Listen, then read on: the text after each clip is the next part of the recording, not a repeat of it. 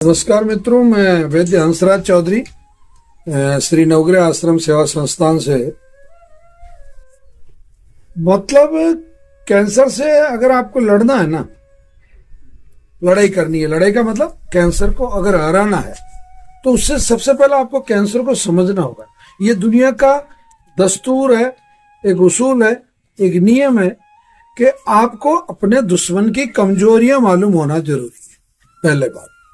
दूसरा, आपके दुश्मन में जितनी ताकत है आप उससे अगर दुगनी ताकत से अगर लड़ पाए तो जल्दी जीत जाएंगे, नहीं तो कम से कम 1.5 गुनी ताकत तो आप में होनी ही चाहिए, तभी आप उसको हरा पाओगे। क्योंकि आप दोनों अगर मान लो दोनों ही 20-20 किलोमीटर की स्पीड से भाग रहे हैं तो ना कोई आगे निकलेगा, और बल्कि एक स्थिति तब आएगी कि वो कैंसर तो थकेगा नहीं और आप थक जाओगे। कारण ये है कि कैंसर एक नोटोरियस डिजीज है, एक उद्दंड बीमारी है। ये रोगी को 3 तरीके से परेशान करती है। पहला, उसकी जो रोग प्रतिरोधक क्षमता है, उसका जो इम्यून सिस्टम है उसको खत्म करती है। दूसरा, ये जिस ऑर्गन में होता है उस ऑर्गन की जो एक्टिविटी है उसको खत्म करती है। और तीसरा, उसकी जेब को, उसके परिवार के मानसिक स्वास्थ्य को, दोनों को भी एक साथ खत्म करती है। यानी कि कैंसर तन से भी, मन से भी और धन से भी इंसान को खत्म करता है। अब इसका समाधान क्या है वो समझ लें आप। कैंसर को हराने के लिए अब तक जितनी रिसर्च हुई है या जितने आंकड़े हमारे पास मौजूद है या दुनिया के जितने लोग कहते हैं, और रेडिकल रेमेडीज और कई ऐसी बुक्स भी प्रकाशित हुई है या कई ऐसे बड़े बड़े जो इंस्टीट्यूट है, वो आज इस बात को स्वीकार कर चुके हैं कि अगर प्राकृतिक तरीके से, जैविक तरीके से, हर्बल तरीके से, आयुर्वेदिक तरीके से, यानी कि ओवरऑल अगर ये मैं कहूं कि आयुष के तरीके से अगर कैंसर से लड़ा जाए, मगर आप कोई भी पैरेललोपैथी इस्तेमाल कर रहे हो कोई तकलीफ नहीं है। अब आप एलोपैथी से इलाज ले रहे हैं, लेते रहे, हमें कोई एतराज नहीं। अब होम्योपैथी से ले रहे हैं, लेते रहे, हमें कोई एतराज नहीं।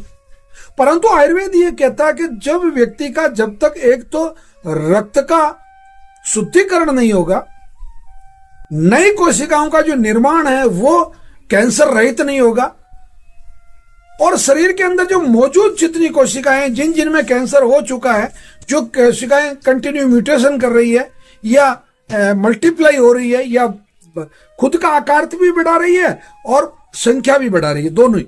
एक तो खुद कोशिका बड़ी हो रही है और दूसरा वो मतलब मल्टीप्लिकेशन जो है 1 से 3, 3 से 9, 9 से 81 ऐसे जो बढ़ रही है। तो इन दोनों ही वृद्धियों को रोकना होगा तुरंत। तो इसका रोकने के लिए सबसे बेहतरीन जो इलाज है वो है कि आपके शरीर में जो रस का निर्माण है वो आप उत्तम क्वालिटी का शुरू करें, ताकि उससे जो रक्त है वो अच्छे, जो ही बनने लगेगा रक्त अच्छा बनने लगेगा।